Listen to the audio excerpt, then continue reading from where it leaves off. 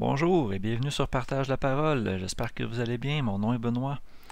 Dans cette capsule, on va regarder particulièrement comment on fait pour trouver les temps prescrits. En fait, comment on fait pour déterminer les fêtes.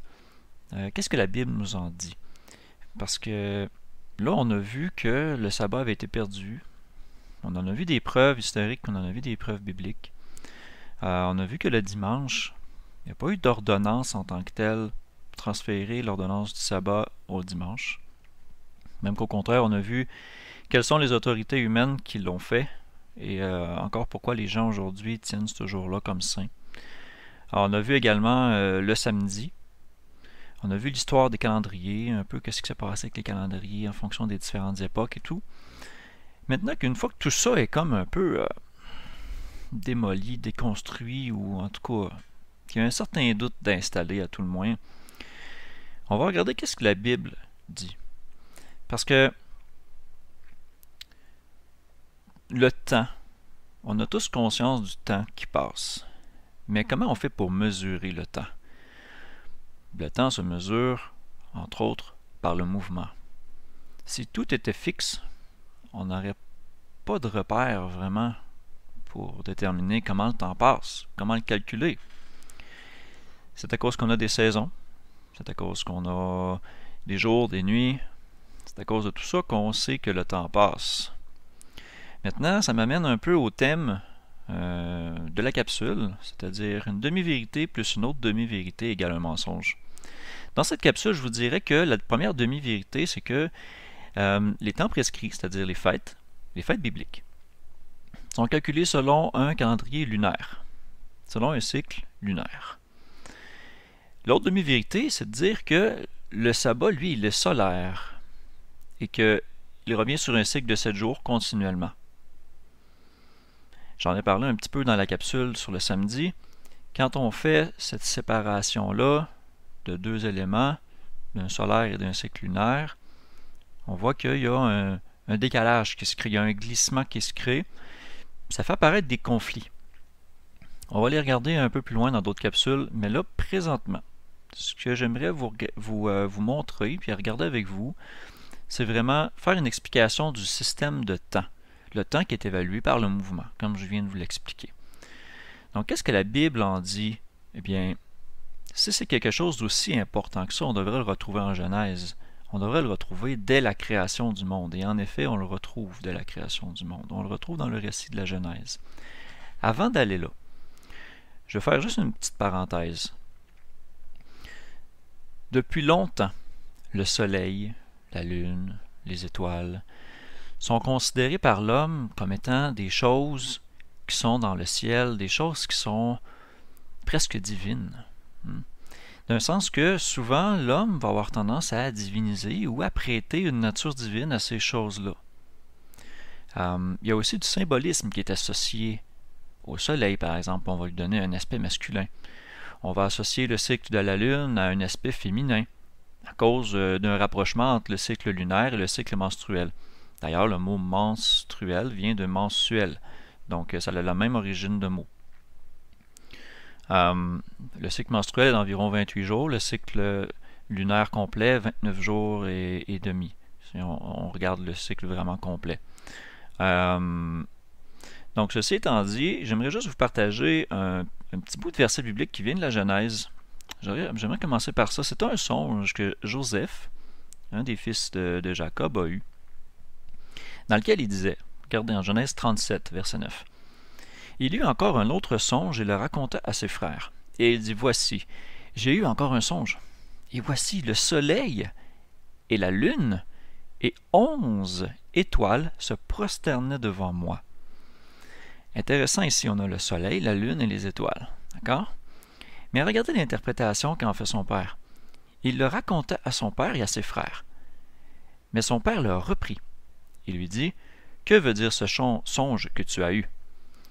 Faudra-t-il que nous venions, moi et ta mère et tes frères, nous prosterner en terre devant toi? » Donc, moi, soleil, ta mère, la lune, et 11 étoiles, tes frères. Et donc, Est-ce que c'est ça que ça veut dire? Mais c'est certainement de la façon que eux le comprenaient. C'est sûr. Donc on peut voir que même dans la Bible, il y a des connotations, soleil, masculinité, lune, féminité et tout ça. Mais une chose à laquelle il faut faire attention, c'est que c'est pas parce que une personne ici dans la Bible a interprété ça d'une certaine manière que c'est ce que la Bible dit, dans le sens que c'est ça qui est vrai. Il faut vraiment faire la part des choses dans ces choses-là.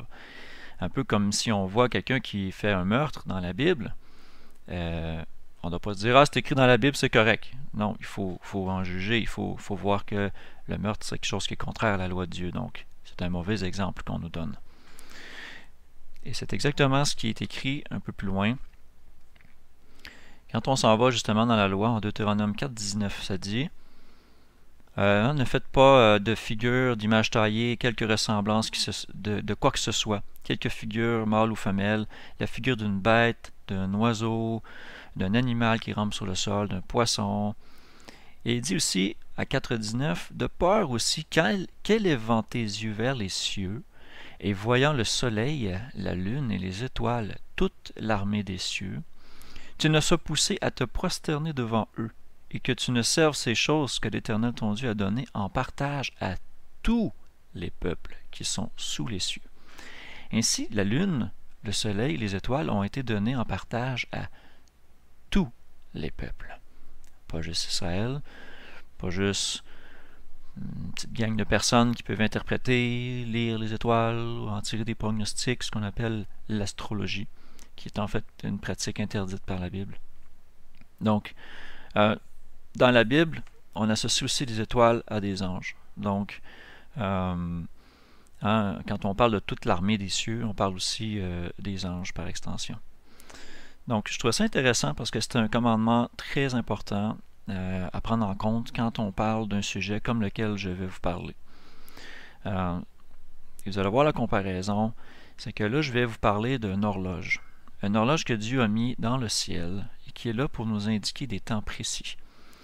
Maintenant, souvent, ceux qui vont faire un sabbat ou qui vont faire un culte basé sur l'observation de la lune, par exemple, et du soleil, vont se faire accuser d'être des idolâtres ou de faire un culte à ces astres-là. Moi, je vous répondrais tout simplement, regardez, quand j'ai une montre à mon poignet et que je regarde l'heure, je regarde l'heure sur ma montre, et je vois il est quelle heure, est-ce que je rends un culte à ma montre? Non, pas du tout. Je regarde l'heure. C'est un système de mesure du temps. Je veux que ça soit très clair. Parce que dans la Bible, il y a effectivement des passages où Israël était en apostasie et où il faisait des vénérations au soleil, entre autres, en Ézéchiel 8, 9, dans lequel on se voit dans ce bout-là. Il y a eu des cultes aux étoiles. On va le voir en Amos 5. On le reprend en Acte 7. Donc, certainement aussi, il y a eu des cultes à la lune. On l'a vu un petit peu dans la semaine romaine. On fait les cultes à des divinités, à laquelle on a associé des figures humaines, au soleil, à la lune, à Mars, à Mercure, à Jupiter, à toutes ces choses-là. Donc, ce sont des étoiles qu'on observe, auxquelles on a donné des noms et auxquelles on a associé des divinités. C'est en claire contradiction avec ce que Dieu dit ici, en Deutéronome 4, 19. Maintenant, ça étant dit, j'aimerais vous montrer, depuis la Genèse, quel est le système de temps que Dieu a prévu et quel est le système de temps justement utilisé par Dieu et utilisé dans la Bible pour déterminer les temps prescrits. Donc, en Genèse 1, 14, le 4e jour de création, Dieu dit qu'il y a des luminaires dans l'étendue des cieux pour séparer le jour d'avec la nuit et qu'ils servent de signe et pour les saisons et pour les jours et pour les années et qu'ils servent de luminaires dans l'étendue des cieux pour éclairer la terre, et cela fut ainsi. Et Dieu fit les deux grands luminaires, le grand luminaire pour dominer sur le jour, le soleil, et le petit luminaire pour dominer sur la nuit. Il fit aussi les étoiles. Il les mit dans l'étendue des cieux pour éclairer la terre, et pour dominer sur le jour et sur la nuit, pour séparer la lumière d'avec les ténèbres. Et Dieu vit que cela était bon. Donc, ici on n'a pas un indice direct à se dire « Ok, oui, il vient de mettre en place son horloge ». Mais si on se donne la peine de regarder les mots utilisés, on va voir qu'effectivement, on a un indice. Et ici, ça peut paraître anodin, de dire qu'ils servent de signe, et pour les saisons, et pour les jours, et pour les années. Donc, quand je lis ça, de signes, bon, des signes quoi? Quels signes? Des éclipses peut-être? Je sais pas. Et pour les saisons, ben, les saisons, hein, le printemps, l'été, l'automne, l'hiver, ouais, peut-être. Pour les jours, d'accord, oui. Les jours passent, hein, le soleil se lève, le soleil se couche. Et pour les années, hein, on peut imaginer que d'un hiver à un autre hiver, c'est une année qui passe. Mais il y a plus que ça. Il y a plus que ça, je vais le montrer ici dans la concordance, quand on s'en va dans la version King James avec concordance Strong, et qu'on regarde ici le mot pour saison. Le mot est le mot hébreu H4150, qui veut dire Mohed, Mohada. La définition du mot dit un rendez-vous, un temps prescrit, un temps fixé, spécifiquement un festival. Par convention, une année ou par implication, une assemblée. Techniquement, la congrégation ou par extension, un endroit où on se rencontre, aussi le signal qui est donné avant, hein, juste avant. Donc, c'est un signal qui est donné juste avant la rencontre ou le temps prescrit, en fait. Donc, qui est fixé. Un signal d'un temps, d'une place, d'une solennité, d'une assemblée, congrégation, d'une fête solennelle. Donc, ce mot-là est utilisé principalement dans la Bible et dans l'Ancien Testament, bien sûr, parce que c'est un mot hébreu. Il est utilisé pour dénoter le tabernacle de la congrégation, donc l'endroit où Israël s'assemblait dans le désert, entre autres, quand on voit en Exode 30, 40, et on le voit tout au travers de tous les autres livres où est-ce que le tabernacle est là et est utilisé. On utilise ce mot-là pour déterminer, pour parler plutôt de la congrégation, quand ils se rencontrent à un moment précis. Mais ce qui est très intéressant, c'est qu'au travers des textes qu'on va regarder ensemble, on voit clairement que le mot a une définition très spécifique, qui nous donne des indices très importants sur le reste de notre étude. Donc ici, regardez.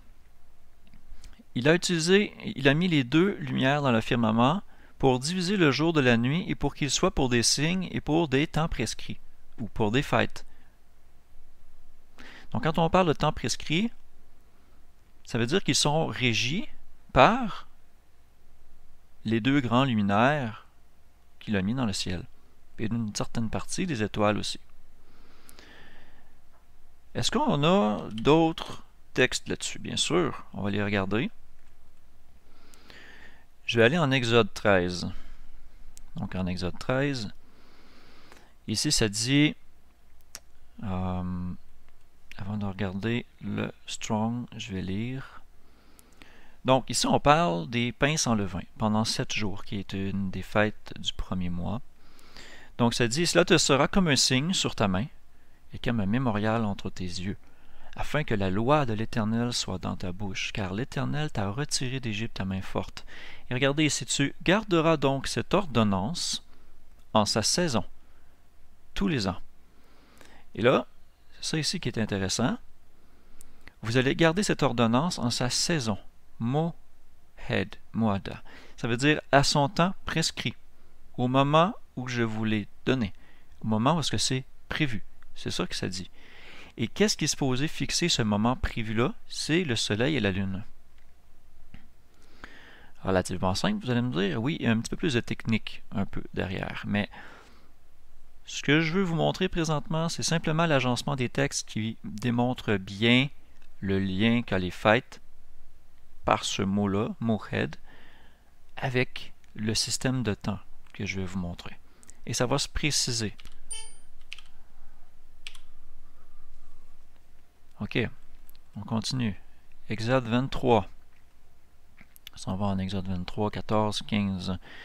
3 fois dans l'année, vous garderez une fête pour moi. Donc, il y a 3 moments clés dans l'année, lesquels il y a des fêtes.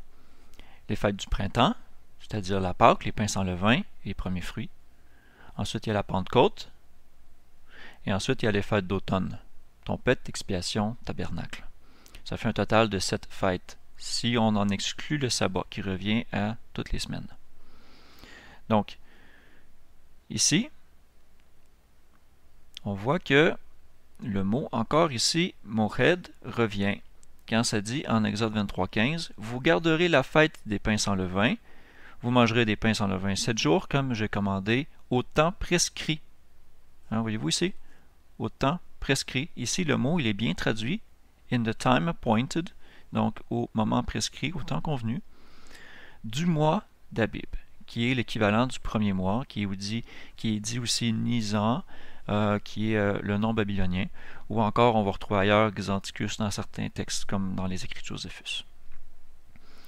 Car c'est dans ce mois que vous êtes sortis d'Égypte, et personne n'apparaîtra devant moi les mains vides. Ou vides, hein?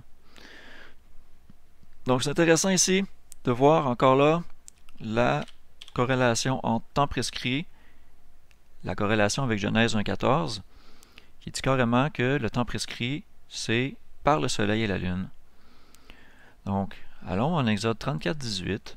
C'est encore un petit peu la même histoire. Là, je ne vais pas toujours revenir dans les versions françaises, il va falloir me suivre un peu. Donc, on parle encore de la fête des pains sans levain. 7 jours, vous mangerez des pains sans levain, comme je l'ai commandé, au temps dans le mois d'Abib. Donc, encore ici, au temps, le temps, c'est le temps prescrit. H 41:50, Mohed. D'accord? Je l'ai gardé ici pour que vous puissiez le voir. On continue. Exode 40. Exode 40. Le premier jour du premier mois, hein, tu monteras la tente du tabernacle, le tabernacle de la congrégation. Et regardez ici le mot H 41:50. Donc, c'était l'endroit où le peuple devait se rassembler dans les moments de festivité, le temple. Donc, c'est pour ça qu'on fait un lien entre le temps prescrit et le temple, l'assemblée en tant que telle. Donc, c'est un lien qui est clair d'utilisation d'un mot qui peut avoir deux significations, j'en conviens. Mais si on regarde un peu la corrélation qu'il y a, ça semble assez clair. Ok, je continue, ça va se préciser. On s'en va en Lévitique 23:2. Alors le Seigneur parla à Moïse en disant, « Parle aux enfants d'Israël et dis-leur, concernant les fêtes du Seigneur, que vous proclamerez être des saintes convocations, ceci sont mes fêtes. » Et là ici, regardez le mot fête, ce sont moed. Donc ce sont mes temps prescrits, ce sont les moments que moi j'ai choisis. C'est ça que ça dit ici. C'est ce que Dieu dit. Première fête qui est listée en disant ce sont mes fêtes. 6 jours tu feras tout ton ouvrage, et le 7e jour est le sabbat de repos, une sainte convocation. Vous ne ferez aucun travail dans le sabbat. C'est le sabbat du Seigneur dans toutes vos demeures. Donc ici on voit, ce sont mes fêtes, le sabbat est la première fête. Et ensuite il répète, il dit, voici les fêtes du Seigneur, qui sont des saintes convocations, que vous proclamerez en leur saison. Encore ici, à leur temps prescrit. Et là on détaille. Le 14e jour du premier mois, le soir, c'est la fête de la Pâque. Le 15e jour du même mois, ce sera la fête des pains sans levain. Pendant 7 jours, vous mangerez des pains sans levain. Et on continue à décrire les fêtes du Lévitique jusqu'à la fin, où on répète encore. Ceci sont les fêtes du Seigneur que vous allez proclamer être des saintes convocations. Vous allez faire des offrandes offertes par le feu au Seigneur. D'accord? Et ici, j'ai marqué le texte, sûrement parce qu'il y avait un moed que je cherche dans le texte. Donc, et voilà, ce sont mes fêtes, hein, H 41:50. Donc, ce sont mes temps prescrits, les temps prescrits de Dieu, du Seigneur. Et même, on pourrait dire par extension, les temps prescrits de Jésus. Donc, parce qu'on sait que Jésus a accompli, hein, a fait les choses au temps prescrit. La Pâque, par exemple. Donc, c'est intéressant. Ah, on continue. Hein, en plus des sabbats du Seigneur, et en plus ou à côté de tous les cadeaux et de tous les vœux ou les choses que vous allez offrir volontairement, le 15e jour de ce 7e mois, okay, donc on décrit toutes les fêtes en Lévitique 23 et on fait une claire association au temps prescrit qui est déterminé eux-mêmes par la lune et le soleil en Genèse 1:14. On continue, Nombre 9:2. Alors,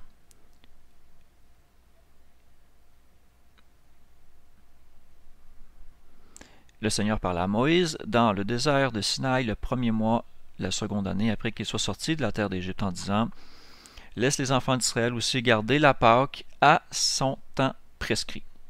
H 41:50. Le 14e jour de ce mois, au soir, vous le garderez en son temps prescrit. H 41:50. Voyez-vous? Donc, et on répète. Et ils ont gardé la Pâque le 14e jour du premier mois au soir dans le désert. Nombre 10, 10. Alors, ici, on parle de faire jouer de la trompette. On dit de proclamer. La trompette était un signal d'alarme, mais aussi un signal de convocation, de rassemblement. C'était le signal qu'on utilisait pour lever le camp, par exemple. C'était un signal qu'on faisait jouer pour les rassemblements, pour les fêtes, et on le voit ici en nombre 10. Dans les jours de vos joies ou de vos fêtes, dans les jours des solennités, ici regardez H 41:50, donc dans les temps prescrits, dans les débuts de vos mois, ici on parle des nouvelles lunes, vous jouerez de la trompette sur vos offrandes pour les sacrifices et tout ça. Donc, c'est intéressant. C'est intéressant de voir la corrélation entre les temps prescrits et ce mot-là avec les différents textes qu'on voit. Nombre 28:2, je continue. Commande aux enfants d'Israël et dis-leur: mes offrandes et mon pain et les sacrifices faits par le feu, qui sont d'une douce saveur pour moi, vous les observerez à les me offrir à leur temps prescrit. H 41:50. Donc, encore là, il y avait même des moments précis où faire les offrandes. Et on le voit un peu partout, aussi dans la Chronique, mais on le voit évidemment dans le livre de la loi, les 5 premiers livres, dans la Torah, où il y avait des temps précis où faire des sacrifices. Il y en avait à tous les jours, matin et soir, il y en avait au sabbat, il y en avait aux nouvelles lunes, il y en avait aux fêtes. Il y avait des prescriptions différentes pour différents moments de fête. Mais ce qui est clair, c'est que les temps prescrits sont en lien direct avec Genèse 1:14, c'est-à-dire la création des luminaires, du soleil et de la lune. Nombre 29:39, un peu plus loin. Alors toutes ces choses, vous les ferez au Seigneur dans les temps prescrits. Encore une fois, et on parle encore ici des sacrifices, de toutes les offrandes, de ces choses-là qui étaient une ombre des choses meilleures à venir. Dans le fond, le service au temple en tant que tel, le tabernacle terrestre comme on le connaissait avant n'existe plus. Ça fait près de 2000 ans qu'il n'existe plus. Donc la Bible, le Nouveau Testament déclare très clairement que c'est le croyant, c'est le disciple qui est le temple vivant. Donc reste que le principe des temps prescrits, lui, est toujours d'une signification importante. Pour calculer les fêtes, puis savoir les temps prescrits de Dieu. Dieu fait les choses à ses temps à lui. Donc c'est bien, même si on n'a pas la conviction de faire les fêtes pour les leçons spirituelles qu'elles contiennent, c'est quand même bien de pouvoir les retrouver, savoir où elles se trouvent dans l'année, parce que c'est des moments qui sont prophétiques. C'est des moments par lesquels Dieu a fait les choses, comme la Pentecôte par exemple. C'est utile de savoir comment calculer la Pentecôte. Et les fêtes du printemps, les fêtes d'automne. Donc on continue, Deutéronome 16:6 dit, donc à l'endroit que le Seigneur ton Dieu choisira de placer son nom, là tu sacrifieras la Pâque le soir, au coucher du soleil, dans la saison où tu es sorti d'Égypte. Encore là, ici, la saison, c'est au moment précis, au temps prescrit, où tu es sorti d'Égypte. Je replace un peu mon écran. OK. Vous voyez, c'est plein de corrélations. On s'en va à 1 Samuel 13, là, qu'on est sorti de la Torah, là.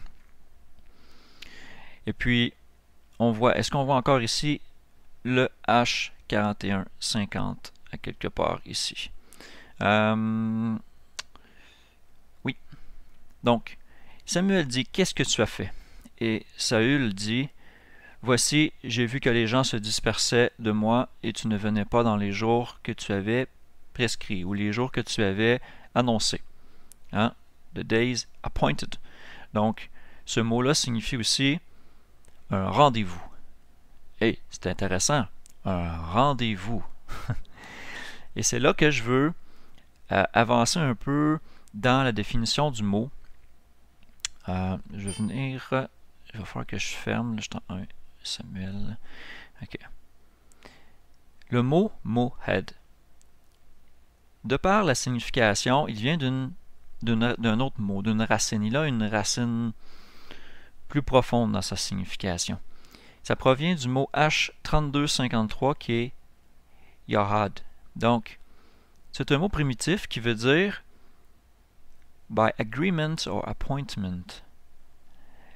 Donc, c'est par une alliance, c'est par un contrat, c'est comme une entente, une bonne entente, par implication de se rencontrer à un moment précis.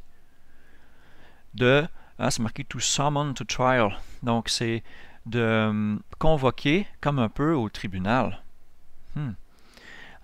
d'engager, de s'entendre, de s'assembler, de se fiancer, regardez, betroth, se rassembler à un moment précis. Vous êtes au courant que l'Église est vue comme une épouse et que notre époux promis est Christ, qu'on lit dans la Révélation et qu'on lit dans plusieurs épîtres aussi de Paul aux Églises. Regardant l'origine de ce mot et regardant vers quoi ça pointe avec les temps prescrits et les fêtes de Dieu, ça devient très significatif. Je ne sais pas si vous le voyez. Moi, je l'ai découvert récemment en réexaminant et en me préparant pour cette capsule. Je suis content de vous le partager parce que pour moi, ça a eu vraiment une signification plus profonde de quelque chose que je n'avais pas compris, que je n'avais pas vu comme ça. Donc, c'est un fiançailles, un genre de contrat. C'est intéressant parce qu'on rentre en alliance avec Dieu. Donc, et l'alliance est scellée par le sang. La nôtre, dans notre cas, est le sang de Christ. Intéressant. Donc, je continue. Je vais rouvrir ma liste. J'étais à 1 Samuel 13, donc je reprends. On s'en va à 1 Samuel 20, 35. Alors il vint à passer, dans le matin, que Jonathan se rendit à l'extérieur dans le champ au temps prescrit avec David. Donc, ici, dans cette histoire-là d'un Samuel 20, David se cache du roi Saül qui veut sa mort. Et il y a une entente entre David et Jonathan. Puis on parle aussi de la nouvelle lune. On parle des 2 jours de nouvelle lune. C'est intéressant aussi parce qu'on parle de temps prescrit. Mais on parle vraiment d'une entente qu'eux avaient à un moment précis. C'est-à-dire, ils savaient qu'à ce moment précis-là, il fallait qu'ils se retrouvent. Donc, ça a une connotation encore un peu dans le même sens que ce qu'on vient de voir. Autant qu'on a une convocation, on a une rencontre avec Dieu dans ces moments de fête-là. Qu'on a une rencontre avec les autres personnes qui sont des croyants, des disciples comme nous. Autant qu'on rentre en alliance avec Dieu par ces moments-là. Donc, c'est une interprétation tout à fait biblique dans le sens de tout ce qu'on lit présentement. Si on continue, 1 Chronique 23, 31. On voit alors d'offrir tous les sacrifices par le feu au Seigneur, et dans les sabbats, et dans les nouvelles lunes, et dans les fêtes, ou encore dans les temps prescrits. Ici, dans le mot. Par leur nombre, dans l'ordre commandé continuellement devant le Seigneur. Donc, même chose en 2 Chroniques 31, 3.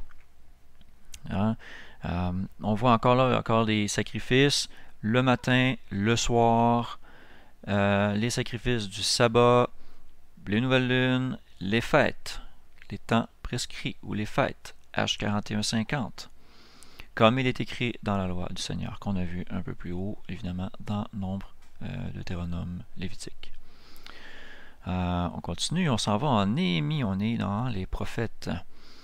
Donc, on répète encore les ordonnances qu'il nous a gardé de charger année après année, et tout ça. Les pains de proposition, les services continuels, les offrandes, et tout ça. Les sabbats, les nouvelles lunes et les fêtes. Encore là, ici, on voit temps prescrit. Et les choses saintes. Donc, vous voyez encore la convocation ici. Maintenant, on va y aller un petit peu plus précisément. Jusqu'à maintenant, on a vu que le temps prescrit était lié, de par son mot, à une interprétation de fête, c'est-à-dire de temps précis déterminé par Dieu. Et on a vu en Genèse 1,14 que c'est lié aux 2 grands luminaires qu'il y a dans le ciel. Maintenant, psaume 104. Et là, je vais prendre un petit moment pour le lire. avec vous parce que c'est un superbe psaume. C'est ce que j'appelle le psaume de la nature. C'est un psaume qui décrit la majesté de la création. Et je ne vais pas le lire au complet avec vous, vous le lirez vous-même, mais je vais en lire juste quelques versets. Donc, il construit sa haute demeure avec les eaux. Il a fait des nuées son char, il se promène sur les ailes du vent. Il a fait des vents ses messagers, des flammes de feu ses serviteurs. Ça, on voit cette citation-là dans le Nouveau Testament. Il a posé la terre sur ses bases, elle est inébranlable à jamais. Tu l'as couverte d'un abîme comme d'un vêtement, les eaux se tenaient sur les montagnes. À ta menace, elles se retirent, au bruit de ton tonnerre, elles s'enfuient. Les montagnes s'élèvent, les vallées s'abaissent au lieu que tu leur avais assigné. Tu as fixé pour les eaux une borne qu'elles ne passeront pas. Elles ne reviendront pas couvrir la terre. Ici, c'est en lien direct avec la promesse de ne pas couvrir les eaux, de ne pas couvrir d'eau toute la terre comme il le fit au déluge. Intéressant. Le passage que je vais vous amener, c'est à 104-19, dans lequel il a fait la lune pour marquer les temps. Le soleil connaît son coucher. Regardez ici le mot. Il a décrété ou ordonné, appointed. Et là, le mot, il est vraiment dans son application la plus large. Ici, ça dit accompli, donner, apporter, vraiment rempli, terminé, il a paré, il a préparé, il a mis en place. Okay? La lune, pour les saisons, c'est-à-dire pour les temps prescrits. Et le soleil, c'est quand il se couche. C'est une expression pour dire que le soleil suit sa course et qu'il finit par se coucher. Mais ce qui est intéressant ici, c'est qu'on voit clairement que Dieu a donné la lune pour les temps prescrits. Et on a lu dans le Lévitique 23 que le sabbat est un des temps prescrits. On ne parle pas juste des sabbats de fête, là. On parle du sabbat, du 7e jour. OK?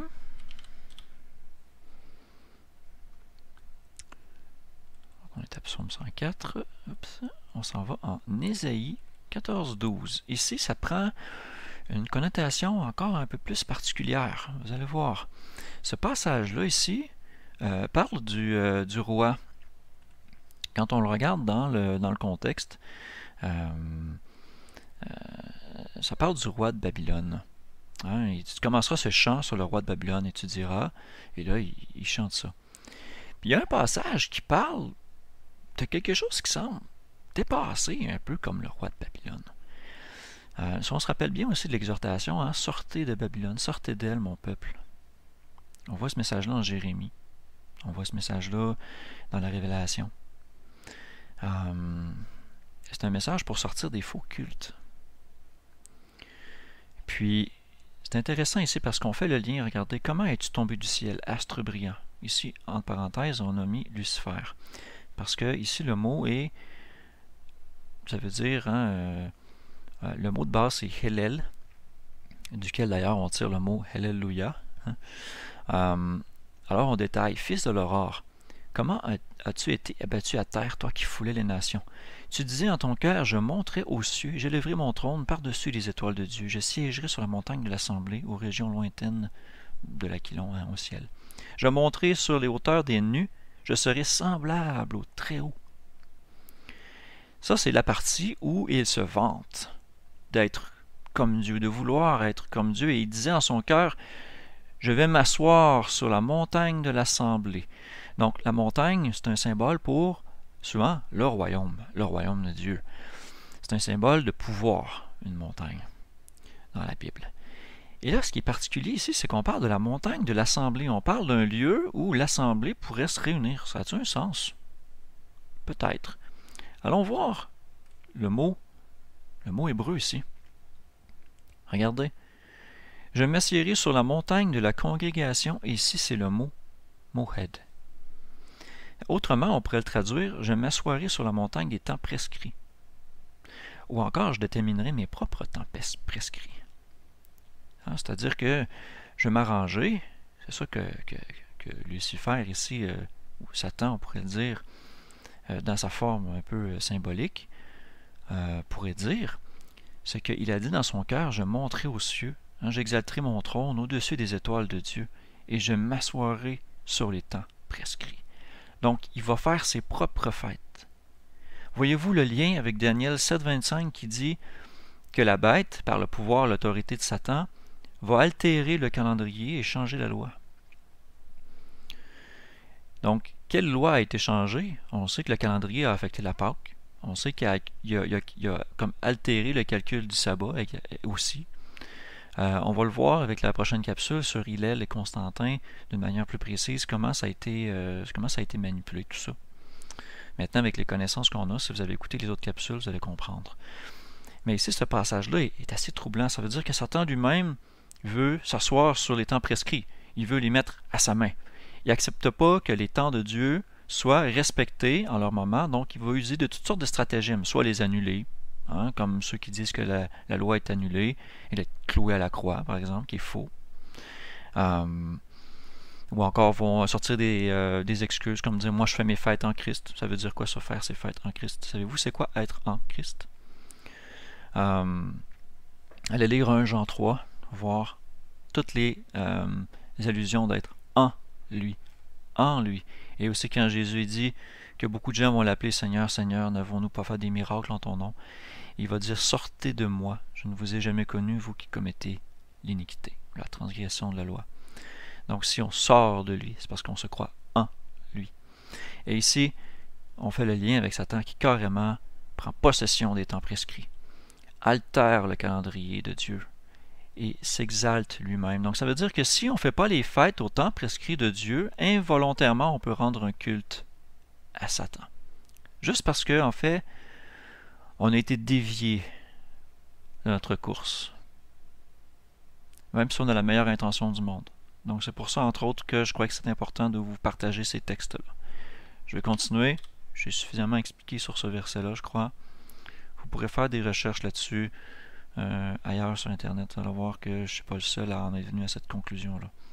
Je m'en vais en Jérémie 8,7.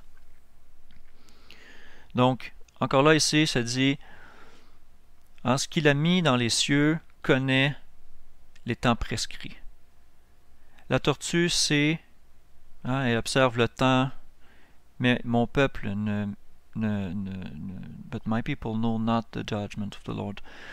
Si je m'en vais en français, ça va peut-être être plus clair, là, mais la cigogne même connaît dans les cieux ses saisons. La tourterelle, l'hirondelle et la grue observent les temps où elle doit venir, mais mon peuple ne connaît pas le jugement de l'Éternel. C'est intéressant. Donc, comment on peut dire que les choses de la nature connaissent leur cycle? Dans la King James, c'est peut-être encore plus clair. Les oiseaux des cieux connaissent leur temps. Mais nous qui disons être le peuple de Dieu, nous ne connaissons pas les temps prescrits. C'est quelque chose qui m'a interpellé quand je l'ai lu. Puis j'ai eu une réflexion à moi-même, je me suis dit, c'est vrai. C'est vrai, il y a beaucoup de gens, même qui vont se dire chrétiens, qui connaissent pas les fêtes. Ça leur a jamais été enseigné. Ils n'ont jamais pris considération de ces choses-là parce qu'on leur a toujours enseigné que c'était annulé, que c'était pas important. Donc, alors qu'il y a des grandes vérités spirituelles dans ces fêtes-là. Jérémie 31. Donc, ainsi par le Seigneur qui a donné le soleil comme lumière pour la journée, et les ordonnances de la lune et des étoiles comme une lumière pour la nuit. Et il dit, si ces ordonnances s'en viennent à disparaître de devant moi, la postérité d'Israël aussi disparaîtra. Ils cesseront d'être une nation devant moi pour toujours. Donc, est-ce qu'il y a encore des fils d'Abraham? Eh bien, par la foi, les chrétiens le sont.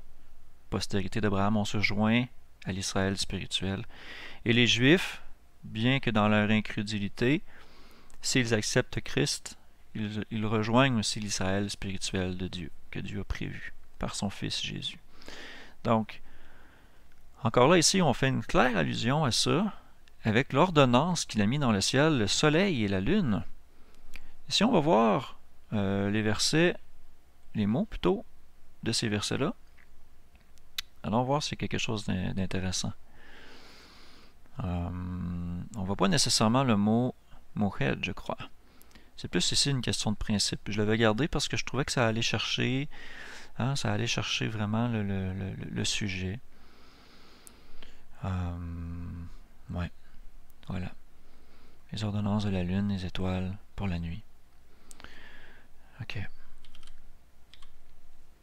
Allons un peu plus loin. On était Jérémie 31.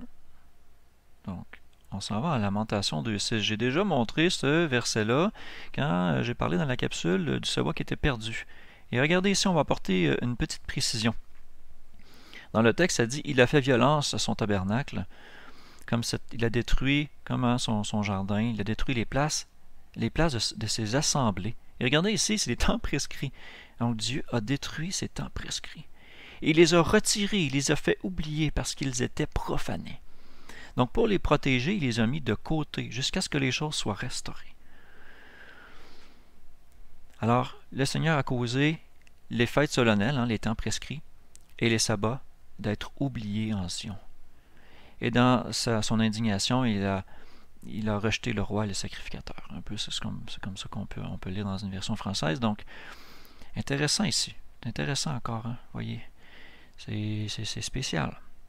Est-ce qu'on est de ceux qui veulent oublier, qui ne veulent pas retourner à Dieu, qui ne veulent pas se souvenir de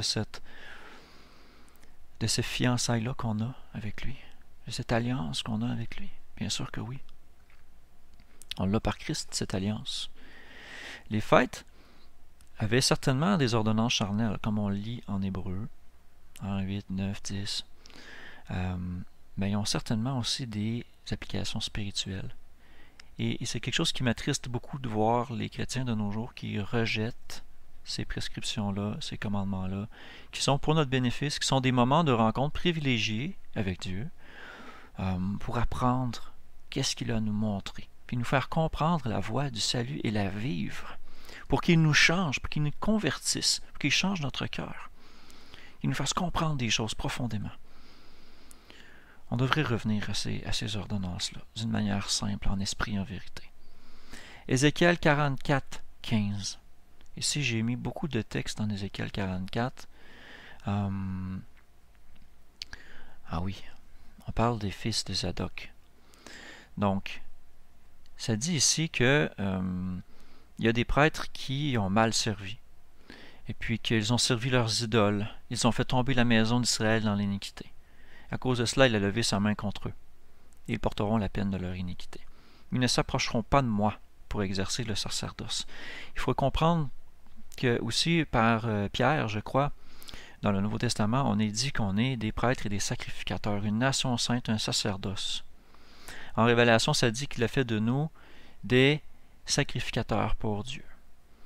Donc, autant que c'est dit avant la Révélation, autant que c'est dit dans la Révélation. Donc, c'est pas quelque chose d'exclusif à dire « Ah oui, on va être seulement des sacrificateurs et des prêtres seulement dans le millénium » ou un truc comme ça. On n'a pas cette excuse-là à aller chercher, parce que Pierre est très clair dans ses textes. Et regardez ici, il parle d'une sorte de prêtres qui sont à part. Il dit « Mais pour les sacrificateurs, les fils de Tsadok, qui ont fait les services de mon sanctuaire, lorsque les enfants d'Israël se sont égarés loin de moi, ils s'approcheront de moi pour faire mon service et ils se tiendront devant moi pour m'offrir de la graisse et du sang, dit le Seigneur l'Éternel. » Ici, on parle spécifiquement des offrandes charnelles des animaux dans lesquelles on brûlait la graisse et le sang. L'aspect spirituel de ça, par contre, est encore valide dans le sens que, alors que la multitude des gens qui disent servir Dieu se sont égarés loin de lui, vous pouvez faire le parallèle avec le début du chapitre Isaïe 58. Ça dit ici, ceux-là entreront dans mon sanctuaire, ceux-là s'approcheront de ma table pour me servir et ils feront mon service. Lorsqu'ils entreront par les portes du parvis, ils auront à se vêtir de vêtements de lin. Ici, on fait le lien aussi avec le lin qui sont les œuvres justes des saints, comme on voit dans la Révélation. Ils n'auront point de laine sur eux pendant qu'ils feront le service aux portes du parvis. Ils auront des tiers de lin sur la tête, des caleçons de lin sur leurs reins et ne s'assigneront point de manière à exciter la sueur. Donc, tout ça ici, c'était juste un petit narratif que je trouvais qui était pertinent par rapport à le fait de faire les fêtes. Si on est pour servir Dieu en esprit, en vérité, alors qu'il n'y a pas de temple, que c'est plus requis nécessairement, mais les temps prescrits de Dieu demeurent. Même s'il y avait des sacrifices et des choses charnelles, on sait que ces choses-là ont trouvé leur accomplissement qui sont plus nécessaires charnellement, même si on a un symbolisme encore important. Donc c'est quelque chose que moi je trouvais qui était très intéressant comme prophétie, en Ézéchiel 44. Et si on va un petit peu plus loin ici, On voit « Aucun sacrificateur ne boira de vin lorsqu'il entrera dans le parvis intérieur ». Donc, on voit ce commandement-là aussi, hein, qui dit « Quand tu vas faire le service à Dieu, il ne faut pas boire d'alcool ». Donc, pourquoi est-ce qu'on voit encore beaucoup de gens qui, s'il y en a qui font le sabbat, même si ce sont peu, vont dire « Ah, on va s'ouvrir une bouteille de vin au sabbat, on va boire de l'alcool ». Vous êtes en présence de Dieu, vous êtes des prêtres et des sacrificateurs en esprit. Vous rendez un culte, même si c'est dans des moments prescrits particulièrement, on le fait quand même tous les jours. On est à son service tous les jours. Regardez la loi, ce qu'elle disait, il y avait des offrandes le matin et le soir. Nos offrandes sont spirituelles. La prière en est un exemple. On prie matin et soir. Hein, on peut prier n'importe quand, vous allez me dire, mais quand on regarde, quand on fait une étude particulièrement sur les moments de la prière, qu'on regarde ce que la Bible en dit, les gens qui étaient considérés comme des gens saints dans la Bible avaient des moments précis de prière. Entre autres Daniel. Fait que c'était une petite parenthèse. Alors, ils ne prendront point pour femme une veuve ou une répudiée, mais ils prendront des vierges de la race de la maison d'Israël ou une veuve qui soit veuve d'un sacrificateur. Donc, ici encore, on peut faire un lien avec le Nouveau Testament qui dit quelqu'un fait bien s'il se marie ou il fait bien aussi s'il ne se marie pas, mais s'il se marie, que ce soit dans le Seigneur. Donc, que ce soit un disciple, que ce soit un croyant, quelqu'un qui est chrétien. On retrouve le même principe ici. Le principe spirituel demeure et ça vient directement de la loi des prophètes. Et regardez ici en 44, 23, « Ils enseigneront mon peuple la différence entre le sacré et le profane. Ils lui feront connaître la différence entre ce qui est souillé et ce qui est pur. Quand il surviendra quelque procès, ils présideront au jugement et jugeront selon le droit que j'ai établi. Ils garderont mes lois et mes statuts dans toutes les solennités et sanctifieront mes sabbats. » C'était quelque chose pour nous faire réfléchir. Et une sœur, d'ailleurs, a attiré mon attention sur un passage d'Ésaïe 1, dans lequel il est prescrit de dire que Dieu va rétablir des juges. Je rétablirai tes juges tels qu'ils étaient autrefois, et tes conseillers tels qu'ils étaient au commencement. Après cela, on t'appellera ville de la justice, cité fidèle. Sion sera racheté par la droiture. Wow! C'est Christ, notre droiture. Donc, on a été racheté par le sacrifice de Christ. Et ceux qui s'y convertiront par la justice.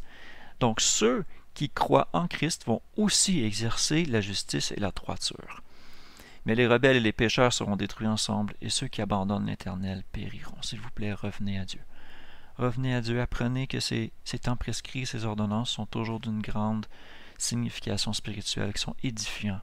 Autant qu'ils l'étaient dans le temps, qu'ils étaient pertinents pour les Juifs dans l'Ancienne Alliance, autant qu'ils le sont pour les chrétiens dans la Nouvelle. On désire l'approche de Dieu, mais on rejette ses fêtes. C'est complètement contradictoire.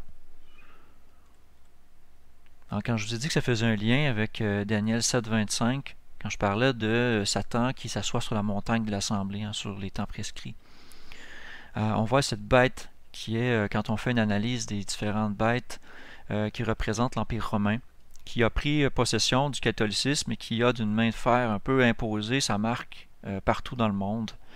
On croit que la marque, c'est quelque chose qui va arriver seulement dans la révélation, à la fin, quand on va être dans les tribulations. J'ai pas encore d'avis 100% assumé ou certain là-dessus, mais il y a quelque chose qui est sûr, c'est que ce royaume-là, qui est différent de toutes les autres bêtes, il y a des très fortes preuves jusqu'à maintenant, jusqu'à temps qu'on me prouve le contraire, que c'est le catholicisme romain. Et quand on regarde historiquement ce que le catholicisme romain a fait, qu'il a changé le calendrier, qu'il a changé les ordonnances du sabbat, il a changé la loi, et que Satan, comme ça le dit dans la Révélation, opère par la bête. Et quand on voit la marque de la bête qui est en relation avec les commandements et les fêtes et toutes ces choses-là, ça commence à être assez pesant comme preuve. Donc, en Daniel 7,25, quand ça dit qu'il opprimera les saints du souverain, il pensera à changer les temps et la loi. Ici, on parle de temps prescrit. On parle des ordonnances fixées par Dieu selon son horloge, selon le soleil et la lune. Bon, j'ai mis un autre petit dernier verset en Apocalypse 12:1. C'était simplement pour faire un lien, pour un peu éveiller votre curiosité. Ce passage-là est souvent utilisé pour justifier un culte à Marie, entre autres. On dit que c'est la reine du ciel et tout ça, puis on la représente qu'une femme avec une lune sous ses pieds, un soleil autour de sa tête, la fameuse auréole, et des 12 étoiles autour de sa tête. Qui sont des idoles, qui sont des représentations de divinités anciennes qu'on peut retrouver là, de Ishtar et de compagnie comme ça, de Sémiramis et de toutes ces autres divinités-là féminines. Mais ce qui est intéressant, c'est que dans la Bible, on compare une femme virtueuse à une épouse, à celle qui est promise à Christ. Et Christ, on le voit comme l'époux à qui celui est promis. Et on fait un lien entre l'épouse et l'Église et la Nouvelle Jérusalem, une cité de justice. Et en Révélation, on dit qu'il a fait de nous un royaume. Alors, quand les liens commencent à se faire comme ça commence à être assez impressionnant. Et regardez ici.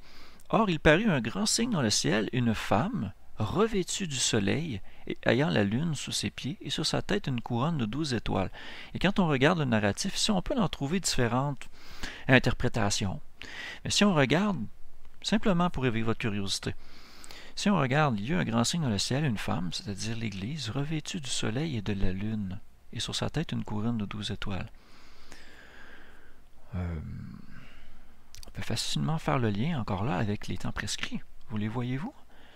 Le soleil, la lune, les étoiles, qui servent à déterminer les temps prescrits. Donc, l'Église, qui est l'épouse, qui est fiancée à Christ, a un symbolisme de soleil, lune et étoile.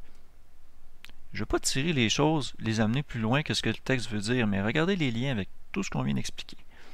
Je trouve que ça me vaut la peine peut-être d'investiguer un peu cette piste-là, un petit peu plus.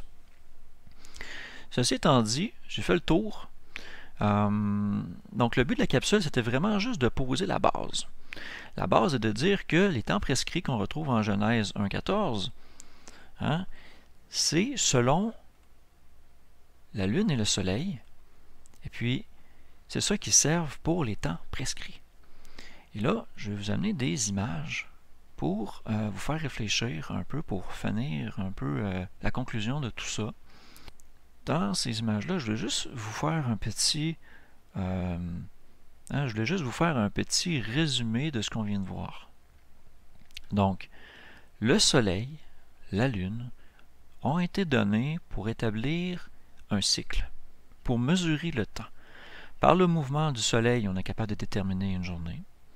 Par le mouvement de la lune, on est capable de déterminer une nuit. Bon, on peut voir la lune aussi de jour dans certains moments du mois, tout à fait. Mais quand elle éclaire pleinement, la pleine lune, la nuit, elle est vraiment ordonnée pour dominer sur la nuit. Elle éclaire vraiment beaucoup. Et la relation qu'ont le soleil et la lune fait un calendrier. Le soleil va ordonner les saisons, va faire que les saisons vont venir. Là, je parle littéralement de saison. L'été, automne, hiver, printemps, vont ordonner ce cycle-là qui a un rapport avec les moissons. Et c'est ça qui est ancré par rapport à l'année, par rapport aux fêtes. La fête de la Pâque, elle arrive toujours au printemps. On va le voir dans les prochaines capsules, quand je vais vous montrer le format général du calendrier dans tout ça. Et franchement, sans la lune, on ne peut pas savoir on est où dans un mois. On ne peut pas compter non plus les jours et dire « Ah oui, aujourd'hui c'est le 6e jour » ou c'est le 3e jour, juste avec le soleil, c'est impossible. Le soleil se lève le matin, il se couche, puis si on n'a pas de référence à un calendrier, on ne peut pas le savoir. Alors comment vous pensez que les peuples nomades dans le désert faisaient quand Israël était au désert? Comment ils faisaient pour savoir on est le 3e jour du mois? Il y a juste une possibilité de se référer à la lune. Sinon, c'est impossible. Et là, comme on a vu dans d'autres textes, des textes juifs comme sur Shabbat vont nous dire que, ah oui, mais on recevait le manna 6 jours, une double portion le 6e jour, le 7e, il n'y en avait pas. Et ça a continué toujours comme ça pendant 40 ans et on l'a gardé depuis ce temps-là. On l'a vu de par le sabbat perdu, l'histoire des calendriers, le dimanche et le samedi, que tout ça, c'est très très peu probable. Même par les textes bibliques elles-mêmes, en Lamentation 2.6. Donc si on veut être totalement honnête, la nature doit être notre premier témoin. Bien sûr les Écritures aussi, mais je veux dire, quand on est à l'extérieur et qu'on regarde la Lune peut nous témoigner de ses cycles et on peut savoir où on est dans le mois. Et on peut faire très bien les correspondances avec des anciens écrits comme on a vu, hein? Des écrits de Philo, des écrits de Joséphus ou des encyclopédies juives. Ok, donc je continue. Vous voyez ici le soleil qui se lève. Donc, en voyant le soleil se lever, est-ce que vous pouvez dire, aujourd'hui c'est le 3e jour ou c'est le 15e du mois? Est-ce qu'on peut le savoir? Si personne ne vous montre un calendrier solaire avec une date grégorienne, est-ce que vous pouvez savoir quel jour on est? Non. Il faut absolument se baser sur la Lune. Et ça, c'est un croissant de première semaine dans l'hémisphère nord. Donc, dans la première semaine, le croissant comme ça va s'apercevoir après le coucher du soleil. Le tout premier croissant, qui montre le premier jour de la semaine, se voit juste après le coucher du soleil, alors qu'on a un 2%, 3% d'illumination, on va voir un fin croissant. Ça, c'est une lune déjà de plusieurs jours. Donc, on s'en va vers le premier quartier, c'est-à-dire vers le signe du premier sabbat, de la première semaine.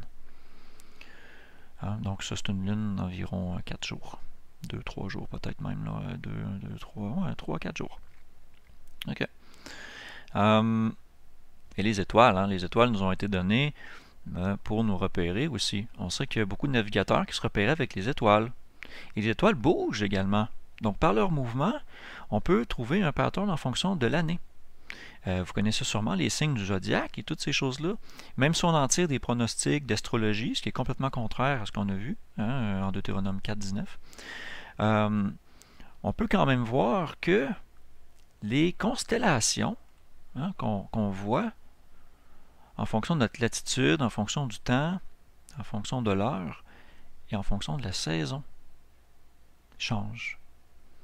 Donc, c'est intéressant parce que ça nous dit, d'une certaine manière, où on est dans l'année. Moi, personnellement, je n'ai pas de connaissances trop dans les étoiles. Je suis capable de déterminer le début d'une année en mesurant, par exemple, l'équinoxe vernal de printemps, puis en déterminant la nouvelle lune la plus proche de cet équinoxe-là pour déterminer le début de l'année biblique. Et c'est suffisant pour mes besoins. Ensuite, c'est un cycle métonique qu'on va voir aussi dans les prochaines capsules, qui s'harmonise très bien à tous les 19 ans avec un calendrier uniquement solaire. Donc, le cycle de la Lune se réharmonise parfaitement à tous les 19 ans avec le calendrier lunaire et solaire, là, ça se réharmonise. Mais ce que je voulais ici vous montrer, c'est que les constellations, les étoiles qui ont été créées en Genèse 1.14 servent aussi d'un certain repère, comme d'une horloge. Le problème, c'est que les hommes l'ont divinisé. Ils lui ont apporté toutes sortes de noms et de divinités, et ça, c'est pas biblique, c'est clair. Donc, j'espère que ça vous a été édifiant, j'espère que ça a pu vous aider. Je sais que moi, quand j'ai fait cette recherche-là, ça m'a grandement aidé, ça m'a aidé à comprendre beaucoup de choses. Je souhaite que ça a aussi pu vous édifier. Je vais remettre un petit peu plus de lumière de mon côté pour finir. La journée avance tranquillement. Donc voilà, merci beaucoup d'avoir écouté. Que Dieu vous bénisse. Et puis on se revoit dans une prochaine capsule. À bientôt.